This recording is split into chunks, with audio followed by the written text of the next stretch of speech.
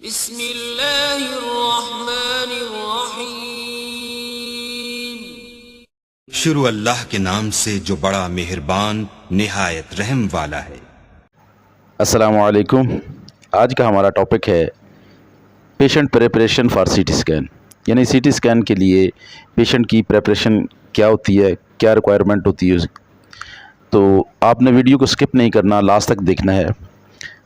अगर चैनल पर नए हैं तो सब्सक्राइब ज़रूर कीजिए और साथ ही बेल आइकन को दबा दीजिएगा ताकि आने वाली वीडियो आप तक पहुंच सके।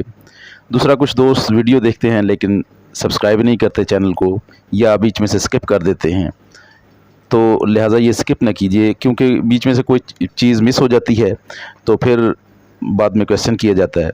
लिहाजा वीडियो को एंड तक देखें, अगर कोई इशू है तो वो ज़रूर क्वेश्चन कीजिएगा। शुक्रिया। तो चलते हैं टॉपिक की तरफ। Patient preparation for CT scan, यानी सीटी स्कैन करने के लिए पेशेंट की क्या प्रिपरेशन है, क्या तैयारी करानी चाहिए पेशेंट की। तो सीटी टेक्नोलॉजिस्ट या सीटी टेक्नीशियन जो है उसको चाहिए कि वेरीफाई करे पेशेंट की आइडेंटिटी, जो प्रोसीजर है वो शुरू करने से पहले, कि ये वही पेशेंट है जिसका टेस्ट किया जा रहा है। दूसरा, ये जो टेस्ट एडवाइस किया है डॉक्टर ने ये वाकई वही है। पेशेंट का रेफ़र फार्म भी देख लीजिए और जो रिक्वेस्ट फार्म है उसको भी देख लेना चाहिए, ताकि किसी किस्म की प्रॉब्लम ना हो और पेशेंट को खामखा की रेडिएशन न लगे। उसके बाद है कि जी पेशेंट को जो प्रोसीजर है, जिस तरह स्कैन करना है उसके बारे में उसको बता दीजिए, डिस्क्राइब कीजिएगा पेशेंट को, ताकि बाद में कोई स्कैन करते हुए पेशेंट और स्कैन के दौरान कोई मूवमेंट वगैरह ना करे। तो उसके बाद जब the patient is asked to remove belt, eye glasses, jewellery, clip, dental, metallic object from the body, तो पेशेंट को बता देना चाहिए कि वो अपना बेल्ट है, ग्लासेस हैं, ज्वेलरी है, क्लिप वगैरह ख़वातीन ने पहना होता है, या डेंचर लगे होते हैं वो उतार ले, मेटेलिक कोई चीज़ है वो बॉडी से रिमूव कर ले। जैसे आपको पता है कि इन चीज़ों से आर्टिफैक्ट आ जाते हैं, जो इससे पहले भी हमने वीडियो बनाई थी आर्टिफैक्ट्स पर, उनमें से ये चीज़ें शामिल हैं, क्योंकि मेटेलिक चीज़ों से की वजह से आर्टिफैक्ट आ जाते हैं। तो इसलिए ये पेशेंट को एक तो प्रोसीजर के बारे में बताया जाता है, ताकि पेशेंट अगर करवा रहा है स्कैन तो उसमें सांस रोकना है तो प्रॉपर रोके। इसी तरह मेटेलिक चीज़ें हैं तो उनको वो रिमूव करे, ताकि फिल्म पर कोई इमेज पर आर्टिफैक्ट ना आए। इससे ये फ़ायदा भी होगा कि पेशेंट को ज़्यादा रेडिएशन नहीं लगेंगी। तो उसके बाद है जी, ask the patient to remove clothing and wear hospital gown. इसके बाद पेशेंट को बेहतर ये होता है कि जी उसको जो कपड़े पहने हैं वो रिमूव करवा ले, ताकि पता नहीं होता कोई ऐसा एजेंट गिरा हो, मतलब कोई कंट्रास्ट वगैरह गिरा हो या ऐसी कोई चीज़ हो जो बाद में आर्टिफैक्ट शो करे उसके ऊपर। उससे इसके लिए ये है कि पेशेंट को जो हॉस्पिटल का गाउन है उसकी कंफर्म होता है कि वो बिल्कुल प्लेन होता है, तो उस पर कोई आर्टिफैक्ट नहीं होता, तो वो पहना लें पेशेंट को। इसलिए आर्टिफैक्ट से बचा जा सकता है और बार बार पेशेंट का स्कैन से भी, उसको रेडिएशन से भी उसकी प्रोटेक्शन हो जाती है, पेशेंट की भी और सेल्फ प्रोटेक्शन भी हो जाती है। अगर पेशेंट का कोई कंट्रास्ट स्टडी करनी है तो उसके लिए पेशेंट को बता दें कि वो 6 घंटे जो है ना प्रोसीजर से पहले फास्टिंग रखे, यानी खाए पिए ना, मसलन ना कोई खाना खाए, कॉफ़ी, चाय, जूस, दूध वगैरह उसको यूज़ नहीं करना चाहिए। 6 घंटे से पहले खा पी ले। उसके बाद जब पेशेंट आए तो उससे कंसेंट फॉर्म ज़रूर लीजिएगा। आपको पता है कि कंट्रास्ट का जो है वो रिएक्शन के चांसेस होते हैं, इसलिए पहले पेशेंट से विलिंग सर्टिफिकेट लें। और उसके बाद है कि पेशेंट से जो हिस्ट्री है ना वो प्रॉपरली लें। हिस्ट्री प्रॉपरली लेने का फ़ायदा ये होता है कि खुदा ना खास्ता पेशेंट को कोई एस्थमेटिक प्रॉब्लम है तो उसको फिर कंट्रास्ट ना लगाया जाए। ये ना हो कि आप हिस्ट्री प्रॉपर ना लें और कंट्रास्ट लगा दें, तो उससे बहुत सीवियर रिएक्शन हो सकता है और पेशेंट की कंडीशन ख़राब हो सकती है। उसके बाद पेशेंट से पूछ लें कि प्रेगनेंसी की अगर फ़ीमेल है तो उसके बाद उससे प्रेगनेंसी के बारे में पूछें। उसके बाद पेशेंट से पूछें कि वो डायबिटिक तो नहीं है, शुगर तो नहीं है, क्योंकि आपको पता है कि वो अगर फास्टिंग में आया होगा तो खुदा न खास्ता शुगर लो हो जाए। उसके बाद रीनल प्रॉब्लम डिसफंक्शन है, कोई रीनल प्रॉब्लम है, पेशेंट को डायलिसिस वगैरह करा रहा है तो उसके बारे में ज़रूर पूछिएगा।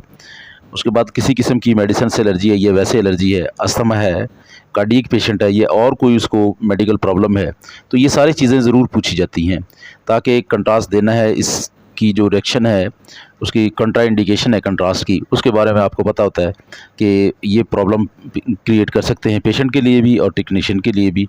को जब पेशेंट की कंडीशन ख़राब होगी तो टेक्नीशियन जो है उसके लिए प्रॉब्लम हो जाता है, बाज़ का तो रिकवर करना पेशेंट को मुश्किल हो जाता है। तो लिहाजा ज़रूरी है कि ये सारी चीज़ें पेशेंट से जो टेस्ट करने से पहले ये लाजमी तौर पर पूछी जाए। उसके ब्लड टेस्ट वगैरह हैं, अगर तो RFT LFT वगैरह है तो वो भी उससे पहले लिए जाता है, टेस्ट करने से वो चेक किया जाता है। पेशेंट का जो किडनी फंक्शन टेस्ट, जिसको RFT रीनल फंक्शन टेस्ट भी कहा जाता है, वो पेशेंट से चेक करें। फ्रेश रिपोर्ट होनी चाहिए, यानी 1 हफ़्ते के अंदर अंदर वो ब्लड टेस्ट उसने करवाया हो, ज़्यादा पुराना ना हो। उसके बाद यूरिया क्रिएटिनिन अगर नॉर्मल है फिर तो ये प्रोसीजर होगा, अगर नहीं है नॉर्मल तो फिर नहीं होगा। मैंने पहले भी पिछली वीडियो में बात की थी कि जो RFT की रिपोर्ट है वो टेक्नीशियन को पता ना होना चाहिए कि उसकी लिमिट कितनी है। उसकी 15 से 40 mg तक नॉर्मल लिमिट है, इसके अंदर होना चाहिए यूरिया। उसके बाद सबसे जो ज़्यादा मैटर करता है वो क्रिएटिनिन है। क्रिएटिनिन 0.6 से लेके 1.3 1.2 तक होना चाहिए।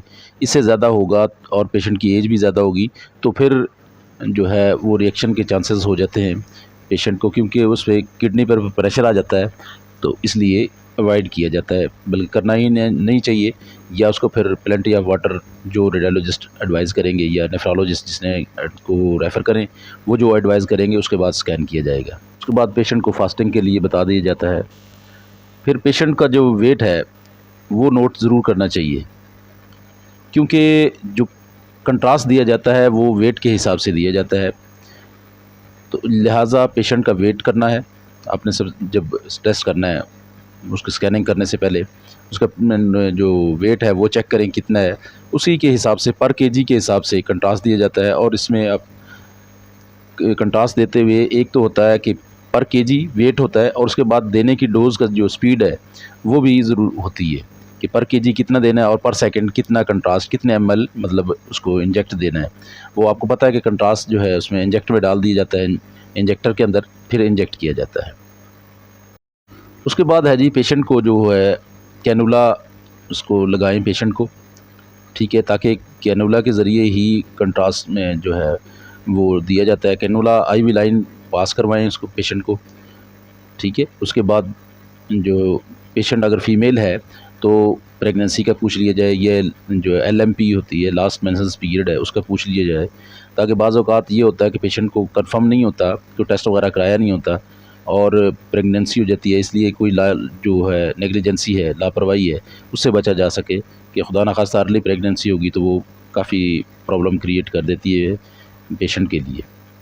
जब स्कैन हो जाए तो पेशेंट जब कंट्रास्ट स्टडी आपने किया है तो बेहतर ये है कि पेशेंट को 20 से 25 मिनट वेट कराएं, ताकि कोई पेशेंट को कोई एलर्जी वगैरह ना हो, अगर खुदा न खास्ता कोई एलर्जी होती है ताकि उसका हल किया जा सके। उम्मीद है आज की वीडियो आपको पसंद आई होगी। वीडियो पसंद आए तो लाइक कीजिए, शेयर कीजिए, चैनल पर नए हैं तो सब्सक्राइब ज़रूर कीजिए, साथ ही बेल आइकन को दबाइएगा ताकि आने वाली वीडियो आप तक पहुँच सके। बहुत शुक्रिया।